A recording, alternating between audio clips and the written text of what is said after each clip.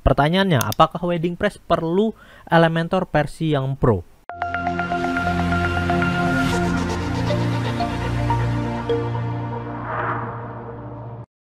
Ya, assalamualaikum warahmatullahi wabarakatuh. Berjumpa lagi bersama saya Andi Hermawan dari WordPress. Dan di kesempatan kali ini kita akan demokan kepada Anda khusus untuk cara instalasi plugin WordPress. Dan lebih tepatnya ini adalah plugin WordPress versi yang ketiga.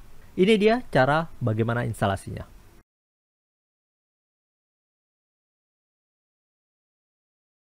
Oke, untuk instalasi plugin WordPress di mana Anda harus mempersiapkan terlebih dahulu website yang akan Anda gunakan untuk pembuatan undangan pernikahan digitalnya. Jadi, khusus untuk plugin, setelah Anda melakukan pembelian secara resmi di member area, yaitu setelah melakukan pembelian di websitenya weddingpress.co.id ataupun di weddingpress.net, Anda akan diarahkan ke akses member area khusus, ya, yaitu di membershipdigital.com khusus untuk akses penunjangnya, dan juga di garudanesia.com khusus untuk plugin dan lisensinya. Nah, di bagian sini kita akan download bagian khusus untuk akses pembelian. Anda akan mendapati bagian pembelian Anda, dan juga setelah Anda melakukan pembelian dan ini complete, nanti di bagian tab download Anda bisa melakukan proses download plugin. Di bagian sini Anda bisa lakukan download plugin, dan juga di bagian sini ada code lisensi yang bisa Anda gunakan untuk aktivasinya. Kalau Anda perhatikan di bagian inactive berarti ini belum digunakan. Satu, ini adalah jumlah lisensi yang Anda belikan. Ya, jadi Anda membeli berapa lisensi nanti akan didapatkan di bagian sini. Nah, kalau di bagian sini ada 2 lisensi dan 1 lisensi yang aktif, itu tandanya seperti itu. Tapi kalau Anda cuma beli 1 lisensi, maka Anda akan mendapati pada bagian sini. Kalau 0 berarti ini masih belum digunakan. Nah, ini akan kita gunakan untuk aktivasi di salah satu website saya, yaitu di website undangan.web.id. Nah, selanjutnya setelah Anda melakukan akses di bagian member area, silahkan download pluginnya di bagian sini. Tinggal klik saja, lalu Anda akan mendapati file ya khusus untuk pluginnya. Nah, sebelum kita melakukan instalasi ya, jadi download dulu bagian pluginnya, dan nanti di bagian sini Anda akan download bagian lisensi key-nya. Selanjutnya Anda tinggal login ke bagian website yang Anda miliki. Selanjutnya kita klik di bagian website, masuk ke bagian dashboard, dan di bagian dashboard website ini kita harus persiapkan hal-hal penting terlebih dahulu ya. Pertama yaitu adalah di bagian DEMS. Anda cek dulu di bagian Appearance DEMS. Ya, yang terpenting adalah DEMS itu support dengan penggunaan Elementor ya, dan kita lebih merekomendasikan penggunaan DEMS Hello dari Elementor. Jadi kita klik aja di bagian Add New, lalu kita ke bagian Install Hello Elementor ini ya. Kalau belum ada tinggal kita klik aja Search DEM dan kita ketikkan. Nah, kalau sudah di bagian sini klik Activate. Oke. Nah, di bagian sini kita lihat di bagian Visit Site, maka ini adalah tampilan dari DEMS Elementor. Dia lebih simpel. Nah, selanjutnya ketika kita sudah melakukan instalasi DEMS dari DEMS Hello dari Elementor, maka biasanya akan diarahkan untuk instalasi pluginnya. Ya, kita menggunakan plugin Elementor sebagai plugin utamanya karena WordPress ini adalah add-on khusus dari Elementor yang akan membantu Anda dalam menyiapkan website undangan pernikahan digital. Nah, selanjutnya kalau belum ada di bagian sini, misalnya tadi terclose ya, kita tinggal klik ke bagian plugin, pilih Add New, dan di bagian Popular kita tinggal klik aja di bagian Elementor Website Builder, klik Install Now, selanjutnya kita klik Activate. Nah, di bagian sini Anda bisa bikin account Anda kalau Anda belum miliki, atau kalau sudah miliki tinggal klik Connect ya. Kalau di bagian sini juga kita bisa skip, kita coba skip saja dulu. Ini skip juga, skip lagi. Ini kita klik bagian aneka template yang bisa kita gunakan ya. Sebenarnya ada banyak sekali template yang sudah disediakan oleh Elementor, tapi kita ini hanya sekedar preview saja karena beberapa template juga ada yang menggunakan versi yang Pro. Nah, pertanyaannya, apakah WordPress perlu Elementor versi yang Pro? Ya, sebenarnya untuk penggunaan WordPress sendiri itu dengan Elementor versi yang free itu sudah cukup. Ya, tapi untuk meningkatkan kualitas dari tampilan desain Anda, maka kita tetap merekomendasikan penggunaan Elementor versi yang Pro. Karena beberapa widget seperti image gallery, terus ada widget form, itu tentu kita gunakan dari Elementor versi yang Pro. Nah, karena di WordPress belum ada, maka kalau Anda belum menggunakan Elementor Pro, maka pada bagian image gallery yang lebih advance ya, kalau di bagian image gallery yang standar basic dari Elementor Pro itu sudah cukup. Tapi kalau memang mau customize yang lebih banyak lagi, maka penggunaan yang Pro itu juga kita rekomendasikan. Nah, selanjutnya di bagian plugin tadi kan sudah terinstall ya bagian Elementor.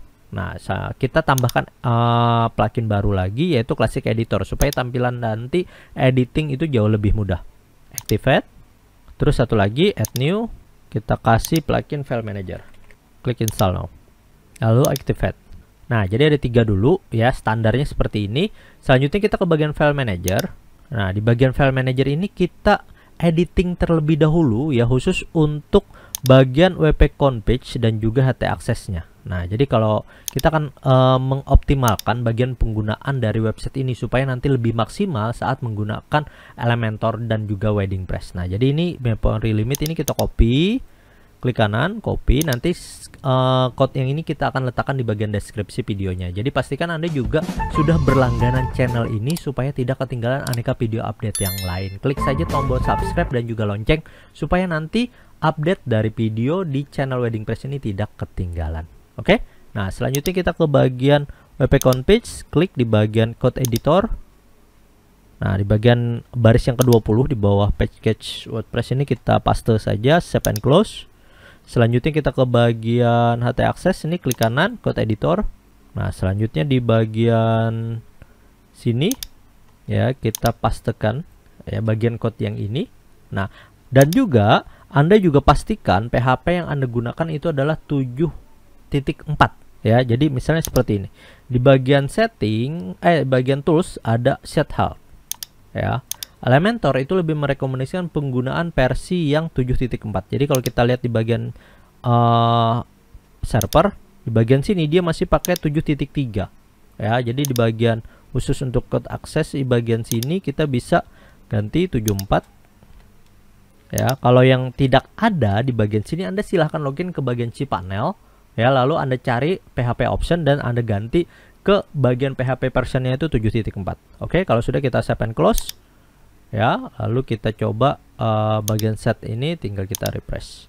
Nah, jadi di bagian server ini sudah 7.4 ya, dan di bagian sini ini ada 512 memory limitnya, upload max-nya itu adalah 128. Nah, ini sudah kita, ini 256 juga sudah ibaratnya yang lebih maksimal. 128 juga kita rekomendasikan. Oke, nanti Anda tinggal taruh aja di bagian code yang ini ke bagian HT Access. Oke. Nah, selanjutnya kalau sudah kita lakukan tadi settingan ya di bagian settingan khusus untuk plugin tambahan, sekarang kita akan setting di bagian WordPress-nya. Kita ke bagian tab setting, ambil general. Lalu kita ke bagian sini time zone, kita sesuaikan dengan waktu kita 7, save change. Lalu kita ke bagian reading, writing ini abaikan saja karena beberapa bagian nggak perlu kita isi. Tapi di bagian reading ini nanti kita akan gunakan bagian khusus untuk settingan ya dari static page. Bagian sini accept, save change. Lalu kita ke bagian discussion. Nah, ini kita hilangkan semuanya kecuali 2 baris yang di bagian atas. Ya, jadi 2 baris ini saja yang masih ada. Yang lainnya kita hilangkan, klik save change. Dan permalingnya kita klik di bagian permaling, rubah menjadi post name kalau sudah save change. Oke.